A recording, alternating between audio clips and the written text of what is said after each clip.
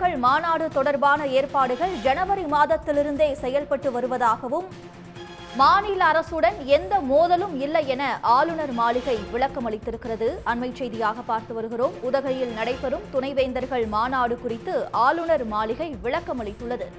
அதில் துணைவேந்தர்கள் மாநாடு விவகாரத்தில் மாநில அரசுடன் மோதல் போக்கு இல்லை என ஆளுநர் RN ரவி தெரிவித்திருக்கிறார்.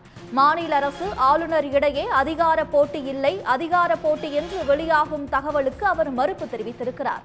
துணைவேந்தர்கள் மாநாடு தொடர்பான ஏற்பாடுகள் ஜனவரி மாதத்தில் இருந்தே செயல்பட்டு வருகிறது என்றும் அவர் விளக்கமளித்திருக்கிறார். ஆளுநர் நடத்தும் துணைவேந்தர் மாநாட்டுக்கு கடும் எதிர்ப்பு எழுந்த நிலையில் ஆளுநர் மாளிகை இந்த விளக்கத்தை கொடுத்திருக்கிறது. உதகையில் நடைபெறும் துணைவேந்தர்கள் மாநாடு குறித்து ஆளுநர் மாளிகை விளக்கம் அளித்திருக்கிறது. அண்மை செய்தியாக பார்த்து வருகிறோம். கூடுதல் விவரங்களை தருகிறார் செய்தியாளர் பிரபாகரன். பிரபாகரன், துணைவேந்தர்கள் மாநாடு தொடர்பாக ஆளுநர் மாளிகை கொடுத்த விளக்கம் என்ன? முழு விவரங்களை சொல்லுங்க.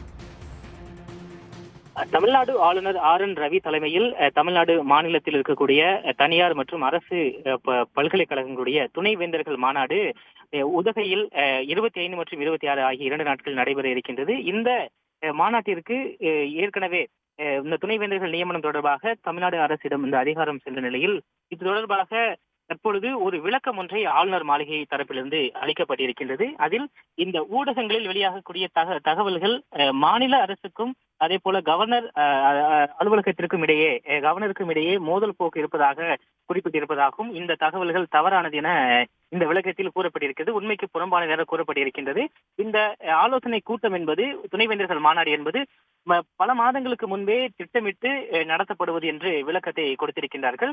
கல்வியில் சிறந்து விளங்கக்கூடிய அந்த கல்வியாளர்கள், தொழில் நிறுவனங்களில் சிறந்து விளங்கக்கூடியவர்கள், அதே போல தற்போது இருக்கக்கூடிய தொழில்நுட்பங்கள் என்ன என்பதை பல்வேறு துறைகள் சார்ந்து இருக்கக்கூடிய நிபுணர்கள் மற்றும் கல்வி நிலையங்கள் மற்றும் சாதனையாளர்கள் ஆகியோரிடம் ஆலோசித்து இந்த துணைவேந்தர்கள் மாநாடு நடத்துவது, அந்த மாநாட்டில் யார் யாரெல்லாம் கலந்து கொள்வார்கள், யார் யாரெல்லாம் அந்த மாநாட்டுக்கான அந்த தலைப்புகளை தேர்ந்தெடுப்பது என்பது தொடர்பாக இது பல மாதங்களாக நடைபெறக்கூடிய நிகழ்வு என்று இந்த விளக்கத்தில் கொடுக்கப்பட்டிருக்கின்றது. எனவே இது கல்வி சார்ந்து அந்த கல்வியுடைய மேம்பாடு, தற்போது இருக்கக்கூடிய தொழில்நுட்பங்களை மாணவர்களுக்கு சென்று சேர்ப்பது, கல்வியில் தரத்தை மேம்படுத்துவது தொடர்பாக இந்த துணைவேந்தர்கள் மாநாடு நடத்தப்படுவதாக குறிப்பிட்டிருக்கிறது.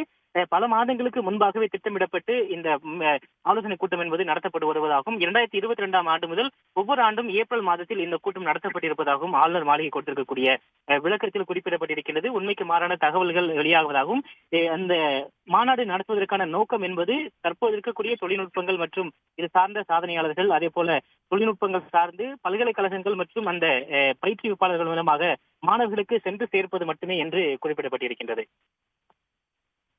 விவரங்களுக்கு நன்றி பிரபாகரன்.